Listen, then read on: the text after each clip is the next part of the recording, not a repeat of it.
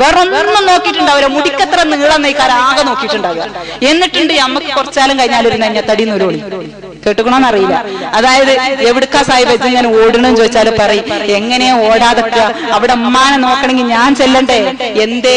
അവിടെ നാത്തൂമാരില്ലേ? അന്ന് മുടി മാത്രം നോക്കിയത്, ദീനുണ്ടോന്ന് നോക്കിയിട്ടില്ല.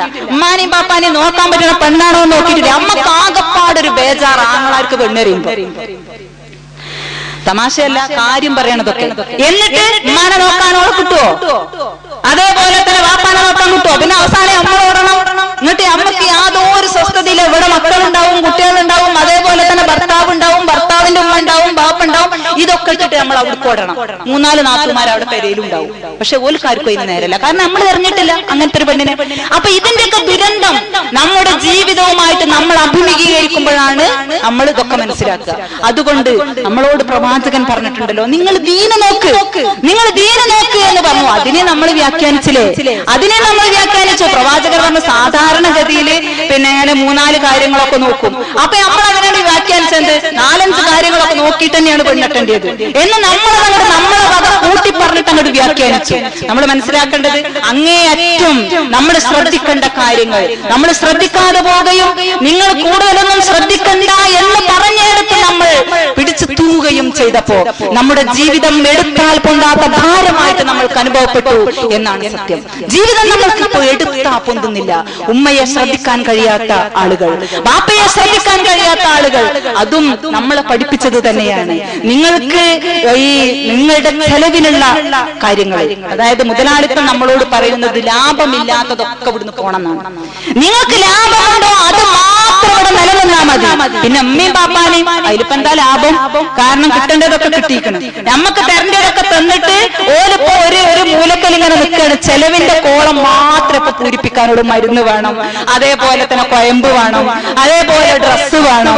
ഇങ്ങനെ കൊടുക്കേണ്ടത് മാത്രമേ ഉള്ളൂ, ഇങ്ങോട്ട് കിട്ടാനൊന്നുമില്ല. അതുകൊണ്ട് നമ്മൾക്കറിയാം മലപ്പുറം ജില്ലയിൽ ഇത്രയധികം മുസ്ലിങ്ങളുള്ള മലപ്പുറം ജില്ലയിൽ എത്ര വൃദ്ധസദനങ്ങളാണ്.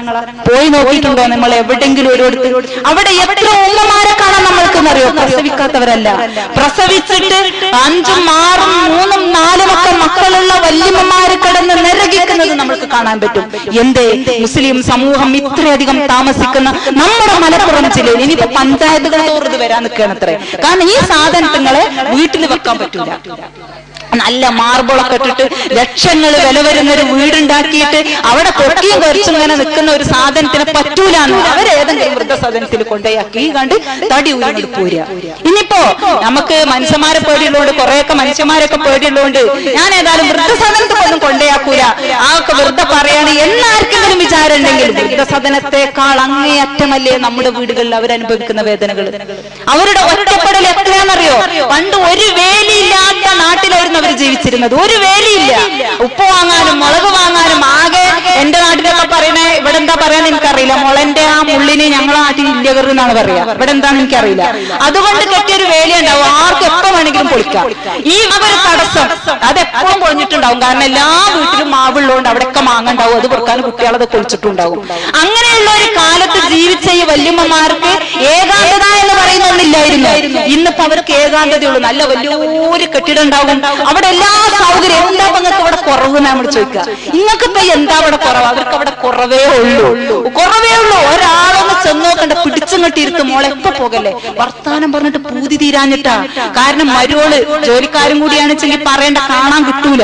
അതേപോലെ തന്നെ മകന് ഞാൻ പറഞ്ഞ പോലെ മഗ്‌രിബായ ഇറങ്ങി, അത് വരെ എവിടെയെങ്കിലൊക്കെ ചുറ്റി തിരിഞ്ഞിട്ട് മഗ്‌രിബായ ഇറങ്ങി പിന്നെ വരല് 12 മണിക്കാണ്. അതൊക്കെയാണ് ഇപ്പത്തെ ഒരു ഫാഷൻ. ഒരു 12 മണിക്കൊക്കെ കയറി വരുന്ന ആളുകൾ, അവർക്ക് എവിടെ ഈ ഉമ്മാനോടും മാപ്പാനോടും വർത്താനം പറയാൻ സമയം? അതേപോലെ തന്നെ ആർക്കും ഒരാളോടും വർത്താനം പറഞ്ഞ പേരക്കുട്ടികളാണ്, അവർക്ക് ക്രിക്കറ്റ് കളിക്കാൻ തന്നെ സമയമല്ല. പിന്നെ ആരാ ഈ വല്യമ്മമാർക്ക് ഒരാശ്രയം? അവരിങ്ങനെ കൂട്ടിലിട്ട കിളികളെ പോലെ ഇങ്ങനെ ജീവിക്കുകയാണ്. അതേപോലെ തന്നെ നമ്മുടെ പിന്നെ ജീവിതത്തിന്റെ എല്ലാ രംഗത്തുണ്ട് ഈ പ്രശ്നം. 1 കിലോ ആപ്പിൾ നമ്മുടെ വീടുകളിലേക്ക് കൊണ്ടുവന്നാല് നമ്മൾ ആദ്യം ആർക്കാ കൊടുക്കുക? മുറ്റത്ത് കളിച്ചുകൊണ്ടിരിക്കുന്ന എന്റെ കുട്ടിക്ക് കൊടുക്കും ഞാൻ ആദ്യം. അവിടെ വല്യമ്മ ഇരിക്കുന്നുണ്ടാവും, എന്റെ ഉമ്മ ഇരിക്കുന്നുണ്ടാവും. എന്റെ ഉമ്മക്കല്ല ഞാൻ ആപ്പിൾ ആദ്യം കൊടുക്കുക, കുട്ടിക്കാണ് ആദ്യം കൊടുക്കുക. ഈ കുട്ടി അതിൽ നിന്ന് പഠിക്കുന്ന പാടെന്താ? എന്റെ ഉമ്മ ഇതേപോലെ വയസ്സാവും, മൂലക്കലിരിക്കും, എന്റെ കുട്ടി മുറ്റത്ത് കളിക്കുന്നുണ്ടാവും. അപ്പൊ ആദ്യം ഞാൻ നോക്കേണ്ടത് നിന്റെ കുട്ടിനെയാണ്. ജീവിതത്തിൽ നിന്ന് അവർ പഠിക്കുന്ന പാഠമാണ്. പ്രായമായ ഉമ്മയെയും ബാപ്പയെയും